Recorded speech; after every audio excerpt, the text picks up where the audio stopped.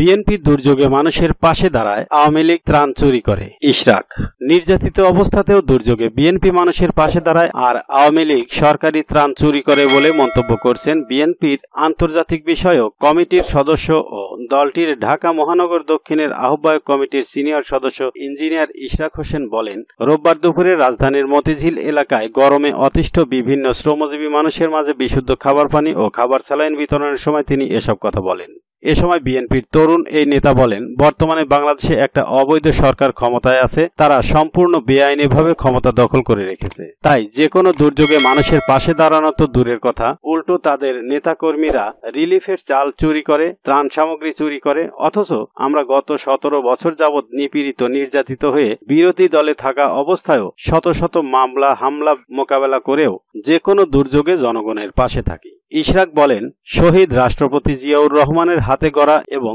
বেগম খালেদা জিয়ার এই দল সারা ঢাকা শহরে ঘুরে ঘুরে বিভিন্ন সময় বিভিন্ন দুর্যোগে পড়া মানুষের পাশে সব সময় দাঁড়ায়, আর আমরা সেই ধারারই রাজনীতি করি। বিএনপি নেতাকর্মীদের উদ্দেশ্যে ইঞ্জিনিয়ার ইশরাক হোসেন বলেন, আমরা যেন মেহনতি মানুষের পাশে দাঁড়াই আর তাদের পাশে দাঁড়িয়ে একটা উদাহরণ সৃষ্টি করি। মতিঝিল এলাকায় বিশুদ্ধ পানি ও খাবার স্যালাইন বিতরণ করেন ঢাকা দক্ষিণ সিটি কর্পোরেশনে বিএনপির সাবেক মেয়র প্রার্থী ইঞ্জিনিয়ার ইশরাক হোসেন। এভাবে ঢাকার প্রত্যেক এলাকায় মেহনতি মানুষের পাশে থাকারও ঘোষণা দেন তিনি। এ সময় ইশরাক হোসেনের সাথে স্থানীয় বিএনপি ও বিভিন্ন অঙ্গ সংগঠনের নেতাকর্মীরা উপস্থিত ছিলেন।